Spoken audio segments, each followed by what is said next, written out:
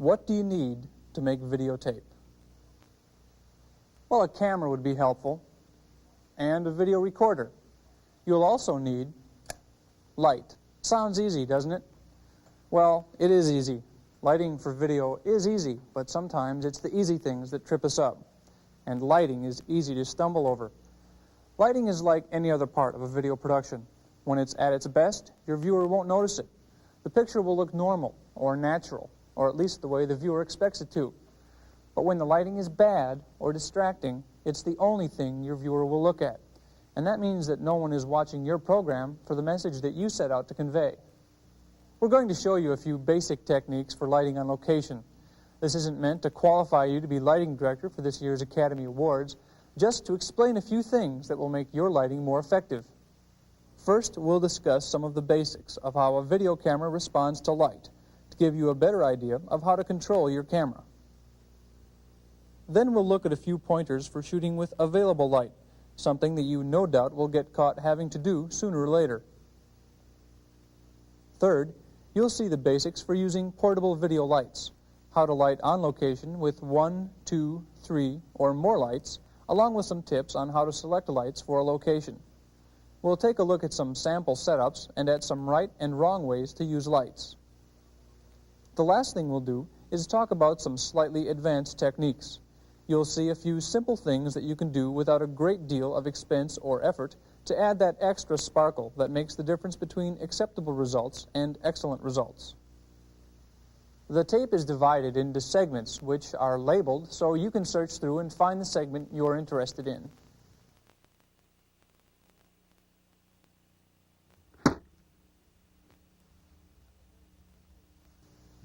In the very simplest terms, video cameras are devices for gathering light.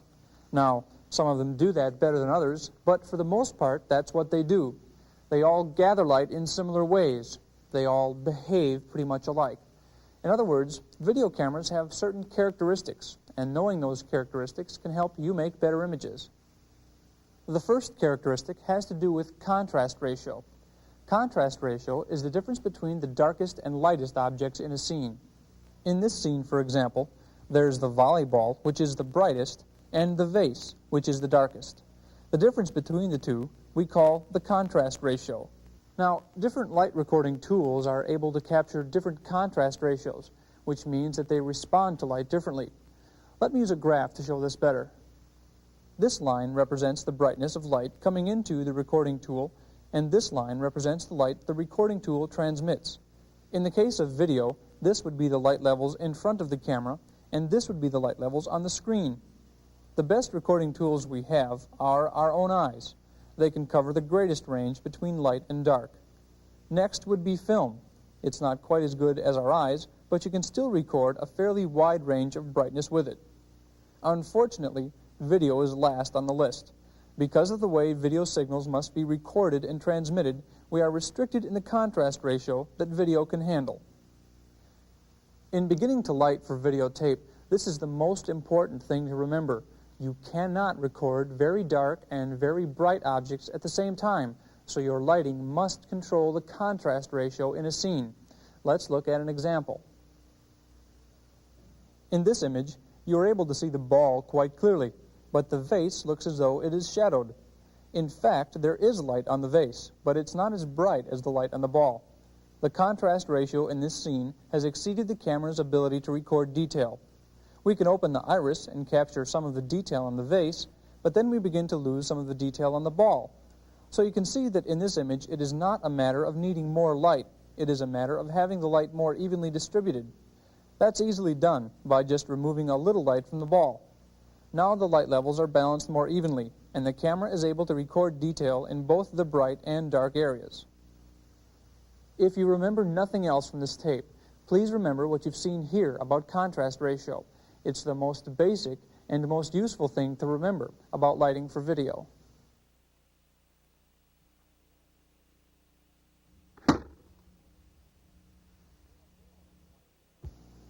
Available light is the term we use to describe whatever light happens to exist in a scene before you add any of your own, whether it's in an office, a factory, or a baseball park. Relying on available light is really something of a gamble, since you never really know what you're going to get. You may also hear it called natural light, and there will be times when only the natural light will do. There will be other times, however, when the natural light in a scene will be the worst light you could possibly ask for, but you still got to shoot there. The first thing you'll find out if you shoot any location video at all is that not all light is the same color. Generally, we think of daylight as blue, fluorescent light as green, and tungsten light as orange. We call the color of the light the color temperature. Video cameras adjust to color temperature by color balance, an electronic feature built into cameras which allows them to compensate for the color of the light. Color balance is done by showing the camera white under the lighting conditions and pressing a button that activates the color balance circuit. Less expensive industrial or consumer cameras may lack color balance adjustments, using filters perhaps to make the adjustments. If they use filters, they won't be able to adjust to the exact color temperature, especially if the scene mixes two or more types of light sources. So if you want to shoot with available light, be sure your equipment is up to it. The next thing you'll find out working with available light is that even though a scene may look bright enough to your eye, there may not be enough light to make a good picture with a video camera. Your eye has an iris just like a camera, which adjusts to the light, so it's important to remember that a scene will always look better to you with available light than it will to a camera. Another thing to consider is not all video cameras were created equal when it comes to shooting in low light. The $40,000 broadcast quality camera we're shooting this with, for example, will make acceptable looking pictures in just about any lighting situation short of total darkness. But that won't be the case with every camera. Those are some of the things to consider when preparing to shoot with available light. As for shooting in it, the best hint we can give for shooting with available light alone is be sure to shoot with it, emphasizing the with. Don't shoot against it. For example, in a room with heavy daylight exposure, the available light can be rather attractive if you place the window behind you, behind the camera's point of view. If you try to work against the window, however, you'll run into problems. Or, when working with available office or factory light, don't try to work against the ceiling lights. You'll find this same advice in any manual on still photography, but it's even more important in video, where we're working, if you remember, with a much more limited contrast ratio. Those are the most basic things to remember about available light. Be aware of the color temperature of the light you're working with. Watch for low light levels, and don't work against whatever light is there. There are a few things you can do to enhance available light without getting too elaborate, and those are the things we'll talk about next.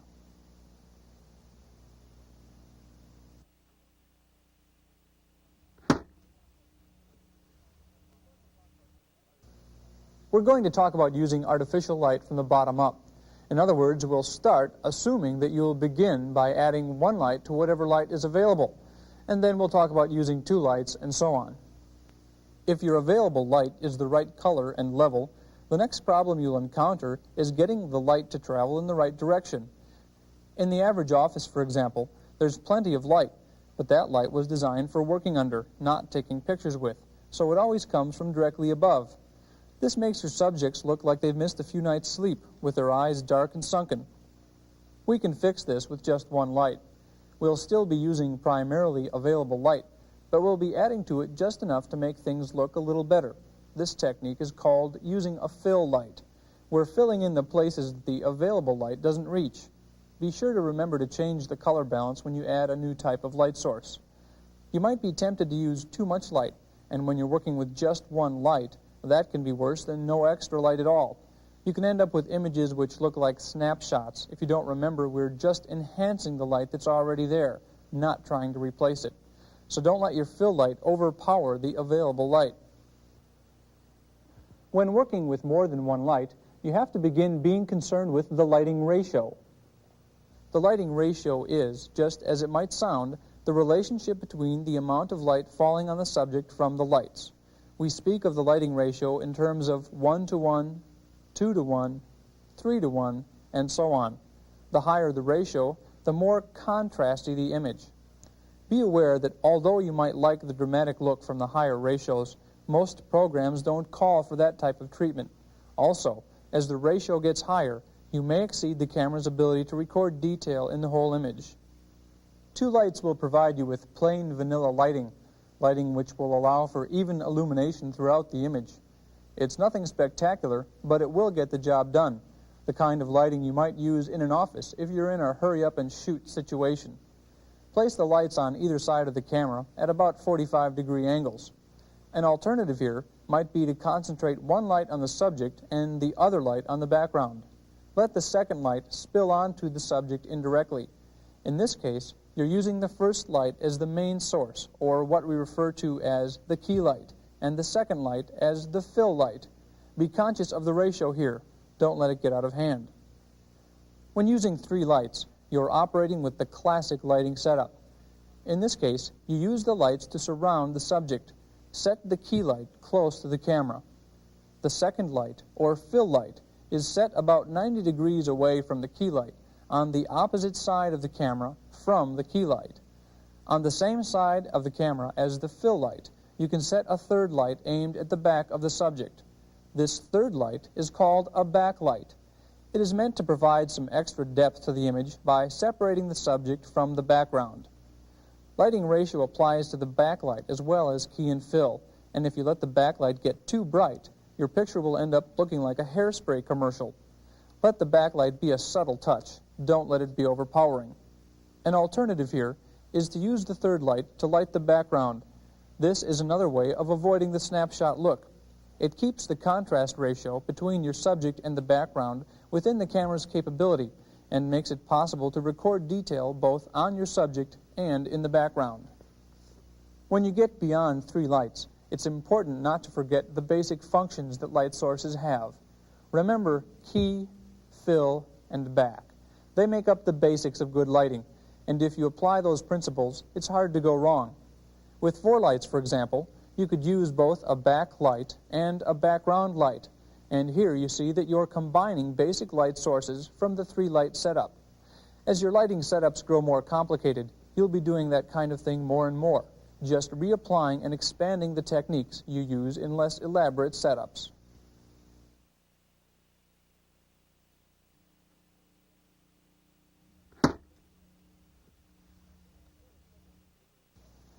There are several considerations when selecting lights to use on location. First, a word on the types of lights available. The first two types of lights are focusable and non-focusable. This is a focusable light. This knob on the back of the light allows you to vary the intensity of the light falling in the center of the light pattern. It's a lot like switching your car's headlights from dim to bright. Basic focusable lights are probably the most useful fixtures for work in most locations. They give you a high degree of control with their ability to focus or spot the light. You can vary the lighting ratio in the scene by just adjusting the focus of the lights. Most focusable fixtures come with devices like this called barn doors, which help you control the way the light falls. The second type of light is non-focusable. Unlike the focusable fixture, the only way you can vary the intensity of the light is to move the light closer or farther away from the subject. Now, this does not mean that they are inferior to focusable lights. It just means they have different uses. A non-focusable light will, in general, cast a more even beam of light within each area of its throw. This makes it very useful for lighting large areas where you need even illumination. The third type of light is generally called a soft light, or sometimes a basher. It's a non-focusable source which casts its light onto a highly reflective surface and then onto the subject. These light sources have the advantage of creating a very manageable light, one with very soft shadows. They also allow you to cover large areas with even illumination. Each type of lighting fixture is useful in its turn, but you probably won't get your lights by the fixture. Most lights are sold or rented in kits, which include a fixed selection of lighting fixtures. It's important to get a kit which suits your needs. Don't buy or rent a set of only focusable lights if you will constantly be shooting large areas which must be evenly lit. And likewise, if you're working in close quarters and have no room to be shifting light stands around, don't get all non-focusable sources.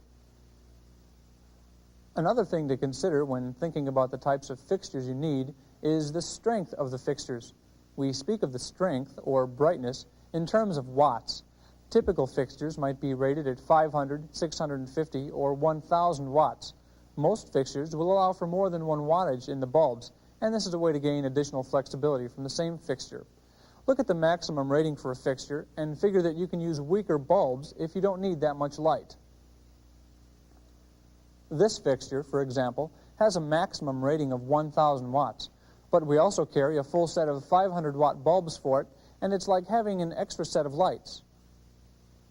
The best advice in selecting lights is to look for flexibility. Look for lights which will work well in as many applications that you will come up against as possible. Try to find kits or fixtures which do many things well, and at least when you're starting out, stay away from gimmicky or highly specialized lights. Two aspects of flexibility which you will come to appreciate are flexibility in mounting and in lighting accessories. The typical way of mounting a light is a light stand. Most of them start out like this and allow you to expand or telescope them into lengths which suit your application. There are some trade-outs here. Shorter light stands won't allow you to position your lights as high, which may limit the kinds of lighting you can do. A backlight, for example, needs to be positioned very high or it will shine into the camera's lens. A taller set of stands will allow you to get your lights up higher, but they are typically heavier, bulkier, and more expensive. The expense is a one-time problem if you're buying lights, but the weight and bulk will be something you have to contend with on every shoot. And if you're doing a lot of the shooting and lighting yourself, every additional pound you have to drag around adds up. Something else to consider when you look at lights. While light stands are the most common way to hang lights on location, they are not the only way. Some lighting kits come with a selection of clamps and mounting brackets which allow you to hang the lights from ceilings, walls, or doors. You might go for weeks and never use these extra doodads, but you'll come upon occasional situations where they get you out of a tight spot, and you'll be glad you had them. They're nice to have, but I wouldn't recommend sacrificing wattage or additional fixtures to get them. The same goes for other lighting accessories. Some lights can be fitted with a variety of frames, screens, and umbrellas. We'll talk later about how to use tools like these, but for now, remember that such accessories can be very useful, and if you ever intend to use them, you need to think about that when you first select your lights.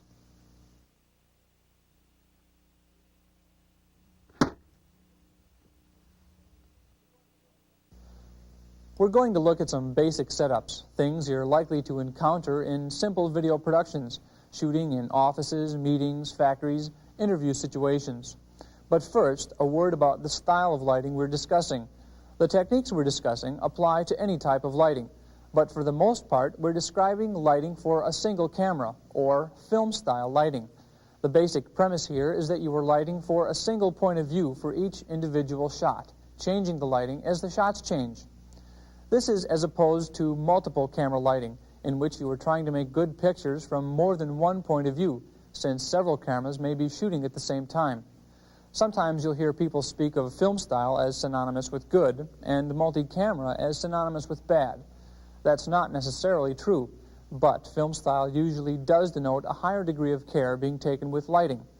My attitude is that it doesn't matter what style you elect to use, lighting deserves the utmost attention in every shot. You'll probably find yourself working in offices quite a bit. They present a number of common problems. For one thing, with walls so close to the subject's back, it's easy to get annoying shadows right behind the subject. To avoid this, get the lighting fixtures positioned as high as possible. Also, don't use the focusable fixtures in the full spot position. This makes the light more directional and increases the shadow's severity. The office setup is a perfect opportunity for the key, fill, and backlight combination. But in some offices, there may not be enough room to set up all of those fixtures. If you can, you may want to mount the lights directly on the ceiling. If that's not practical for you, or if you're in a hurry, another idea which may give you pleasant results is to bounce the light off of the ceiling. This results in a soft light effect. We'll have more to discuss about soft light later on, but if the ceiling is white, you can get an even distribution of light with just one or two fixtures. If you're forced to shoot with available light in an office, you'll run into the sunken eye effect we talked about earlier. One way to avoid this would be to put something reflective on the surface of the desk for the close-ups. Reflectors also come in handy outdoors when you're working with the sun. The strong light of direct sunlight can result in heavy shadow. A white cardboard sheet can help even out the light. A more efficient and still inexpensive reflector can be made by gluing aluminum foil to one side of a piece of cardboard. Back indoors, a variation on the single-person setup is the interview. You may have a reporter or producer asking questions, and they may need or want to be on screen in the same shot with the subject. In this case, you can have each light do double duty. The key light for the subject can spill onto the second subject and also act as a fill. If you position the key for the first subject behind the second subject, the key will also act as a backlight for the second subject. The backlight for the first subject can be focused on the second subject as a key light, and spill will act as the first subject's backlight. This might sound a little fussy to you, and it may take a little more tuning than you care to use in your first few times out. A better idea would be to light the first subject with the classic 3-light set, and then, when the interview is over, change the lights and give the same treatment to the interviewer. The thing to avoid here is pointing one light apiece into the faces of your subjects and ending up with a double version of the dreaded snapshot look. Fairly often you might find yourself shooting a situation just like this, with a speaker at a podium, using perhaps a blackboard or flip chart, speaking to a large group of people. You may find yourself with something of a dilemma. You probably don't have enough light to illuminate the whole area properly. If you light only the speaker, you might end up with the audience being invisible. What you need to do in this case is split the difference, compromise. Use as little light on the speaker as you can to make a good image. If you have only 3 fixtures to work with, you may have to use just 2 on the speaker and use 1 to cover the crowd. This way, there should be enough light on the speaker and on the crowd to keep the image within the camera's contrast ability. Earlier we talked about the office situation where you have the subject close to a wall and the shadow problems that might result. The best answer to that problem is to get the subject away from the wall, but that won't always be possible. If you're stuck shooting a subject against a wall, you need to take special care, particularly if the wall is white. The reflectivity of the wall is higher than the subject, for one thing, and that will give you contrast problems. For another thing, the shadows can be very distracting. In this case, you need to abandon some of the guidelines we started with. The lights will need to come from the side in order to keep the shadows from falling on the wall. To solve the contrast problem, you need to keep the light from falling heavily on the wall. You may be able to do this by focusing the lamp tightly on the subject. You can also accomplish this by using the barn doors to block the light off of the wall.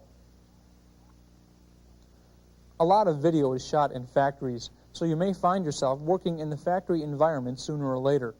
The first problem you're likely to run into is the color balance. Most factory lighting systems are designed with electrical efficiency in mind, not video production.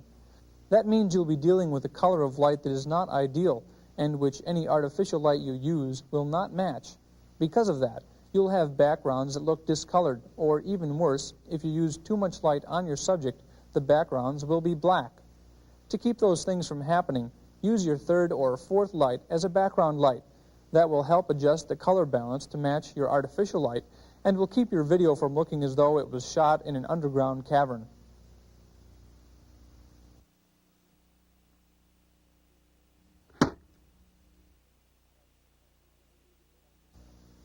As we begin to discuss advanced techniques, I remember once asking a very talented, very experienced lighting director what he thought made good lighting. He thought about it for a minute, and then he pointed at the set we were working on and said, "Do you like the lighting on this set?" I told him that I did, and he said, "Then it's good lighting." And that was just about all he'd say. Ultimately, good lighting is a matter of taste. You've got to guess what your viewer will want to see, or more importantly, what they will expect to see. If they like what you've done, then you've lit well. If nobody likes what you do, then it doesn't matter how many lights you use or how long it takes to set them up. So don't be fooled into thinking that elaborate lighting setups will always result in good lighting. One of the most respected cinematographers in Hollywood, for example, has made his reputation by using as few lights as possible. His setups are as simple as they can be, and his results are beautiful. He gets what people in his business call a good look, and he gets it consistently. The look is the cumulative effect of everything you do in lighting, the result of juggling all of the variables, whether you want a business-like look, a high fashion look,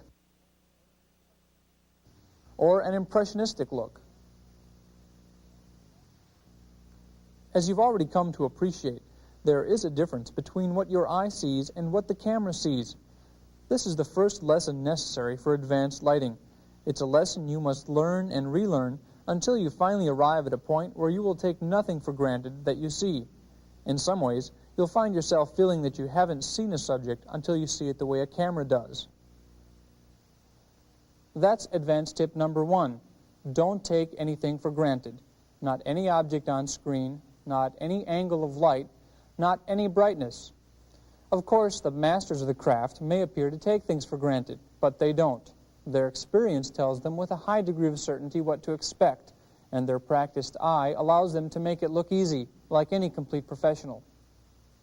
One of the things they make easy looking is lighting continuity. As you move from shot to shot, changing camera angles, the camera will be seeing light from different perspectives, which means you may have to change the light to make it look the same. Keeping the same look, or making the picture look continuous, is something which could fill another entire tape, since there is no single formula to make sure your look is consistent. Lighting continuity is also a cumulative effect, like the look. It's the sum of everything you do. The second advanced hint concerns some of the basic properties of light itself. Some of these things might seem obvious, yet advanced lighting requires an intimate knowledge of light's behavior, even at the most basic level. First, there are two general types of light which we've talked about, hard light and soft light. What we're talking about here is the directionality of the light rays themselves. Light, as we know it, travels in a straight line unless it is passing through some refractive medium. But when we are talking about hard or soft light, the question is not whether light travels in a straight line, but which lines it follows. Light coming directly from a bulb is all pretty much following the same path. The reflector in the fixture also casts the light in a straight path at the object. Because all of the light is following the same line, an object in the light's way casts a clearly defined shadow, or a hard shadow. Hence, we call it hard light. Soft light is no different in the way the light rays travel, but in this case, we are sending the light to some other surface before it goes on to the subject. Now, the light is traveling to the subject from many different points instead of one point. An object in the light's path casts a shadow with a less clearly defined edge, or a soft shadow. So, we call it soft light. The shadow pattern of the light is one noticeable characteristic. Another is the way the light looks. Soft light results in a smoother, more even appearance for the subject. In video, where a hard, edgy look is characteristic of many cameras, soft light is one way of giving your images an unusual appearance, a way of making your video stand out from the crowd. There are a lot of ways to arrive at the soft light appearance. As we mentioned earlier, one easy way is to bounce the lights off of the ceiling. This works only if the ceiling is white, first of all, and second, you may find that you don't like the way the light will drop off from the top to the bottom of the picture, but it is a good way to try your hand at an advanced look. Other ways to generate soft light involve differing degrees of bouncing the light or diffusing the light by placing something in front of it. The easiest way to get soft light is to use a fixture built with that in mind. This light, for example, is called a soft light. It's designed to produce bounce light in a relatively compact and portable package. There are other variations on this fixture which you can buy, which pretty much do the same thing. If you don't have the budget to buy or rent soft lights, you can use one of these. It's called an umbrella, and you can find them made to fit many different fixtures. It's not for keeping dry either. You mount them on the fixture, and the light travels from the fixture, bounces off the umbrella, and then goes to the subject. Earlier, we talked about using a white card to reflect light outdoors. You can also use a reflector indoors for bouncing light. It's a good way to improvise soft light in a pinch if you don't have anything fancier available. You can also soften light by putting something directly in the light path, by using some sort of diffusion material. Plain old tracing paper will work, although you can end up with smoking fixtures if you leave them on long enough. There are products available that you can cut, shape, and mount in front of the fixture, which are especially made for the application of softening light. You may hear it called several different names, most commonly frost or spun.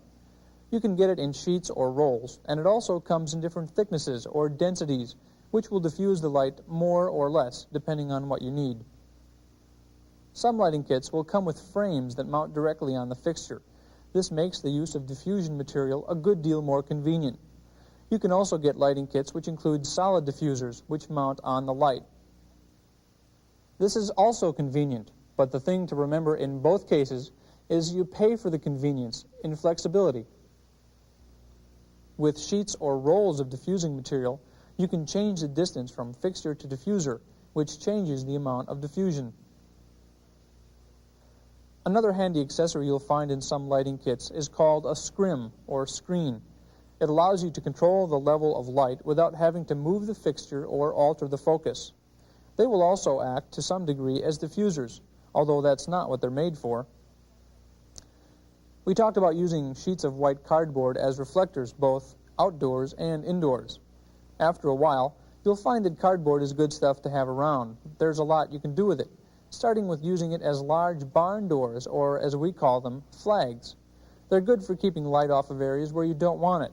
For example, in the setup we discussed against the wall, a sheet of cardboard would be useful to block the light off of the wall and allow it to fall on the subject alone. While white cardboard is useful for reflectors, black cardboard is better suited to use as a flag, since it absorbs light instead of bouncing it back onto your set. Flags are also useful for catching the light spills out of the sides of a source. This can be important when you're trying to maintain close control of a light. There are also flags, scrims, and diffusers available that mount on stands like these, which are called grip stands. If you've got the budget for them and the patience to learn how to use them, they make the management of light much easier. Something else you can do to really give your video some extra punch is cut a hole in the cardboard and send light onto the subject through the hole. You might hear this technique called slash lighting, and it's the kind of thing you commonly see in music videos. Something else you'll see used in music videos, even though it's used to an extreme there, is the use of colored light. An important thing to remember when lighting for television is that it's a two-dimensional medium. Any feeling for depth or for the third dimension has to be created or implied. Earlier, we talked about using backlight on a subject, and that is one way to create dimension. The use of colored light also helps create depth. You can get colored light easily by using these. They're colored gels, and you can get them at any theatrical supply house. They come in a variety of colors and densities. They mount on frames in front of the fixture, or you could put them on lighting stands or grip stands if you have large enough sheets. When you're shooting a product or person, the best approach is to direct the colored light onto the background. This has the effect of making the background appear not quite as important to the viewer's eye, as well as separating the subject from the background. In less formal situations, you may want to use a gel on the backlight to shine directly onto the subject. There are gels which convert the color of lights to specific temperatures. This gel converts tungsten light, the kind we commonly use, to the same color temperature as daylight. That can be useful if you're using artificial light to fill in natural daylight. We can also use colored light to simulate or imply certain moods. You might use yellow light as early morning or deeper blue as nighttime, for example. Before you run out and start buying lots of lighting toys, there's something to bear in mind. When you start doing things like diffusing light sources and using colored gels, there are some disadvantages. Mainly, you'll find yourself needing more light. Diffusing a light source or changing its color also diminishes the amount of light on the subject, which means you may need to have more light on location, which can bring you into a frequent bind you get at most locations. Once you get past 3 or 4 typical lighting fixtures, you might run out of electricity. You might be able to find more places to plug the lights in, but you'll start to overload the circuits, which will trip the circuit breakers. Having the breakers pop in the middle of an elaborate shot can be pretty depressing. The solution is to carry lots of extension cords and spread the load to as many different circuits as you can. We've talked more than once about controlling the contrast ratio in an image.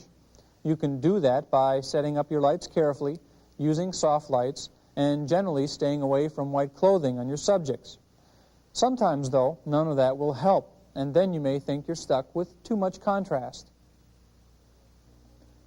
There are still alternatives.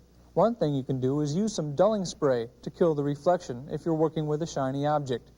You can buy this at any art supply store. Sometimes, though, dulling spray might not be appropriate. You don't want to be spraying it on models, for example. Another thing you can do to control contrast is use a low contrast filter. At around $30 or $40, this is the greatest bargain in video. It's also one of the few secrets in the business. I wouldn't be without them. They come in different grades, generally from 1 through 5, and the different grades cut contrast to a greater or lesser extent. Low contrast filters will get you out of a lot of tight situations, and they're one of the ways the pros distinguish their video. Another professional technique, but one which is hardly inexpensive, is the use of a waveform monitor. This is very simply an electronic representation of the video signal. It shows in very precise terms how bright the picture is. A waveform monitor is to the television image what a light meter is to a film image. You may be thinking now that since your camera has an automatic iris, you don't need anything to tell you how much light is out there. Well, if you get serious about good lighting, one of the first things you'll do is turn off the auto iris. It deals only with the average level of light in the image, not the contrast range, which is what good lighting is concerned with. Beyond those few ideas, and no doubt other shortcuts and ideas you'll develop yourself as you gain confidence, advanced lighting is a matter of experience. There are no quick and easy formulas to superior video imagery. It's an ability you acquire with time.